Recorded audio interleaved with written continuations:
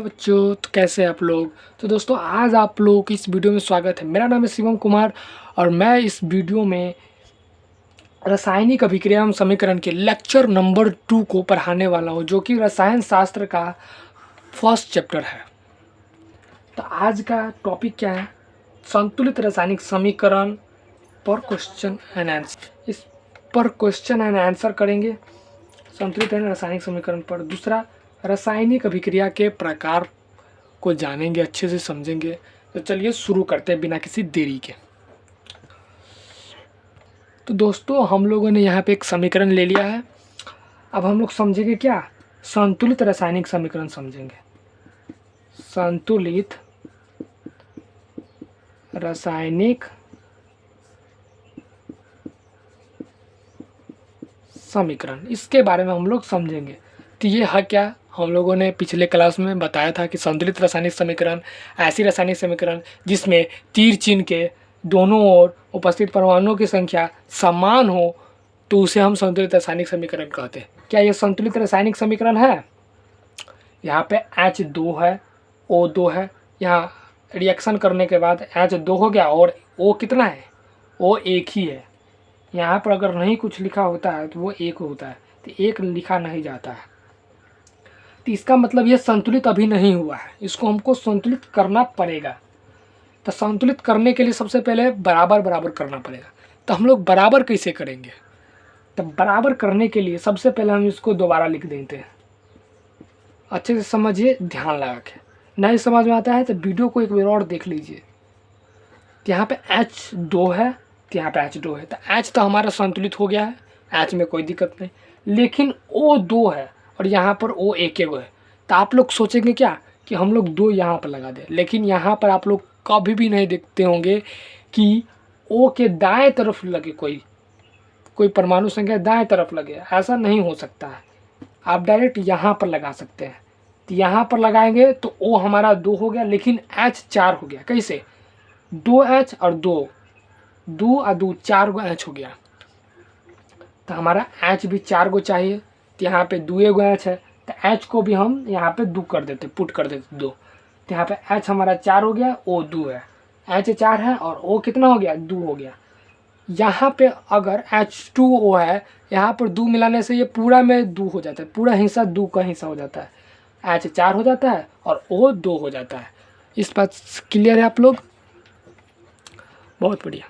तो ये आप लोगों को अच्छे से समझ में आ गया होगा। तो हम लोग कुछ और सवाल लेंगे तो आपको अच्छे से क्लैरिटी बढ़ेगा। तो हम लोग कुछ और सवाल लेते हैं। जैसे में हो गया HgO reaction Hg plus O2, इसको हमको संतुलित करना है। तो हम लोग संतुलित कैसे करेंगे? तो संतुलित करने के लिए सबसे पहले हम लोग क्या करेंगे? Hg कितना है? Hg 1 है, इसमें भी 1 है, तो Hg तो संतुलित हो गया। O कितना है? O तो हमारे यहाँ पे 2 आ गया, यहाँ पर 1 ही है, तो हमको O2 रखना है। तो O2 रखने के लिए यहाँ पर बगल में हम 2 लिख देंगे, तो O तो 2 हो गया, O भी 2 हो गया, लेकिन Hg भी 2 हो गया। तो Hg को 2 रखने के लिए बगल में भी 2 रख देंगे, Eg Pg कर देंगे, तो हो गया हमारा। तो आप लोग को समझ में आया?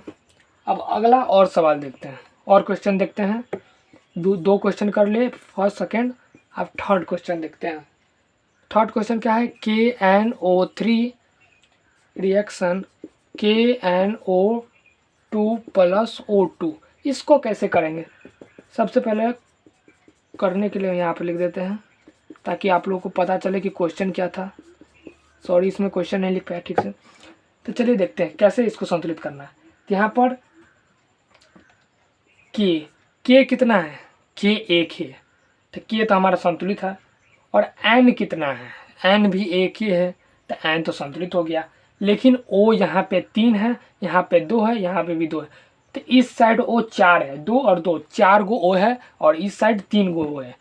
तो ये तो O फिर से संतुलित नहीं हुआ। तो O को संतुलित करने के लिए हम लोग क्या करेंगे?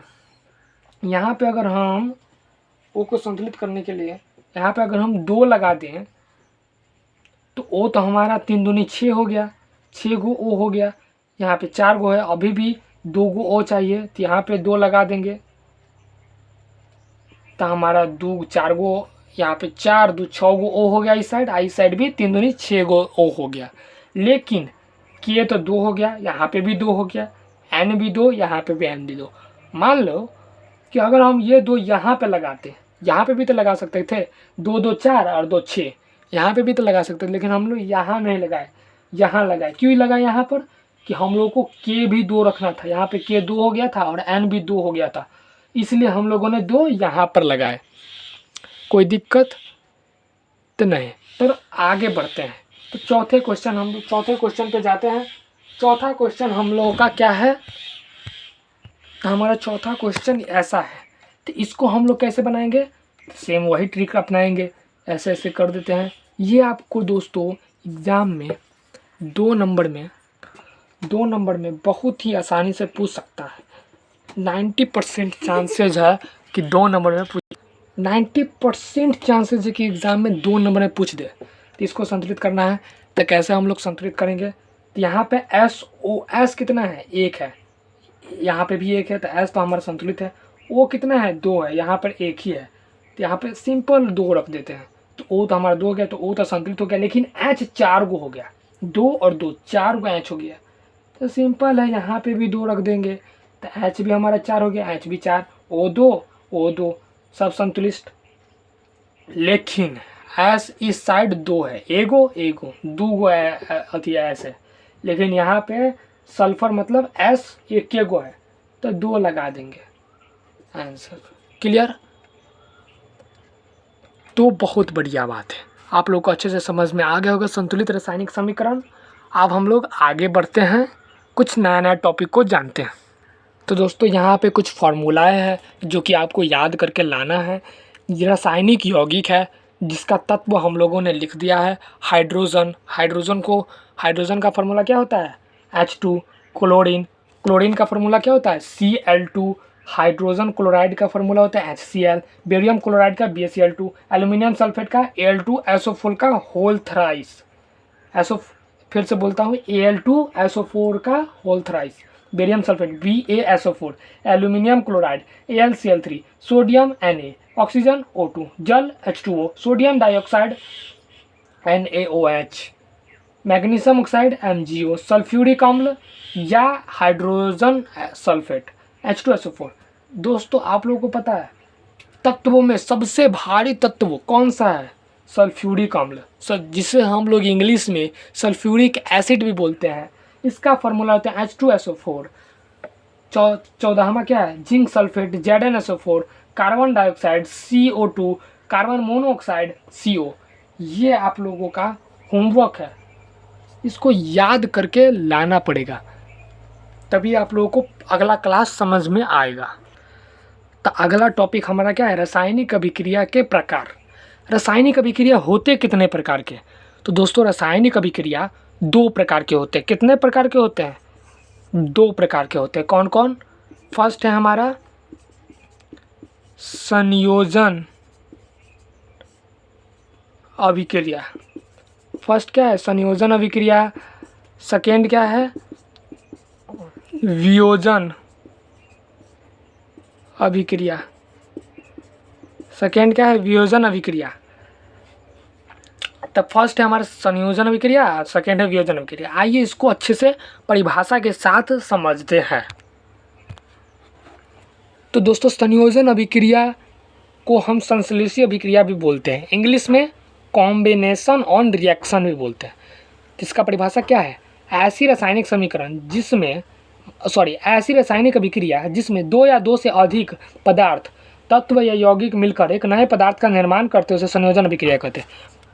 इसका मतलब क्या है? ऐसी रासायनिक अभिक्रिया जिसमें 2 या 2 से अधिक जैसे में C+O2 रिएक्शन CO2, ये एग्जाम्पल समझ लीजिए, एग्जाम्पल्स है इसका संयोजन अभिक्रिया का, कि ऐसे रासायनिक अभिक्रिया जिसमें 2 या 2 से अधिक रासायनिक अभिक्रिया मिलकर एक नए तत्व यौगिक मिलकर एक नए पदार्थ का निर्माण करता है, उसे संयोजन अभिक्रिया कहते हैं। मतलब 2 गो समीकरण मिलकर एक नया पदार्थ के जब निर्माण करते हैं उसको हम लोग क्या बोलते हैं? संयोजन अभिक्रिया। अब वियोजन अभिक्रिया जस्ट एक उल्टा है, इसका उल्टा है क्या है वियोजन अभिक्रिया का। सेकेंड वियोजन अभिक्रिया। सी वियोजन अभिक्रिया क्या हो सकता है, एग्जाम्पल जैसे में कि एग्जाम्पल्स है वियोजन अभिक्रिया का। वियोजन अभिक्रिया का परिभाषा होता है, वियोजन अभिक्रिया का परिभाषा क्या होता है, ऐसी रासायनिक अभिक्रिया जिसमें एकल अभिकारक टूटकर छोटे छोटे उत्पाद प्रदान करता है।